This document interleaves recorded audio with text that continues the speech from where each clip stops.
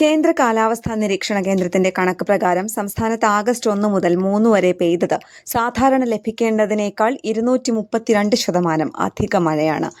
55.4 millimetre മഴയാണ് ലഭിക്കേണ്ടിയിരുന്നത്. പെയ്തത് 184.2 മില്ലിമീറ്ററും.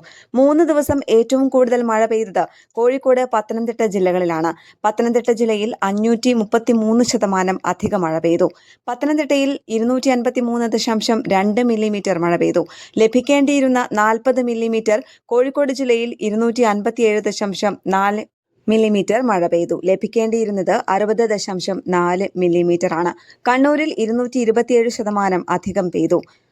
24 മണിക്കൂറിൽ ഏറ്റവും അധികം മഴ പെയ്തത് കോട്ടയം പൂഞ്ഞാർ കുന്നോന്നി ഞാറക്കലിലാണ്. 186.82 മില്ലിമീറ്റർ മഴയാണ് ഇവിടെ രേഖപ്പെടുത്തിയത്. ഉരുൾപൊട്ടലിൽ അമ്മയും മകനും മരിച്ച പയ്യാനിത്തോട്ടം ഉൾപ്പെടെ തെക്കേക്കര പഞ്ചായത്തിന് സമീപത്തെ സ്ഥലമാണ് കുന്നോന്നി ഞാറക്കൽ. മീനച്ചിൽ നദീ സംരക്ഷണ സമിതി വളണ്ടിയർമാരാണ് മഴമാപിനി വഴി ഇവിടുത്തെ മഴക്കണക്ക് ശേഖരിച്ചത്.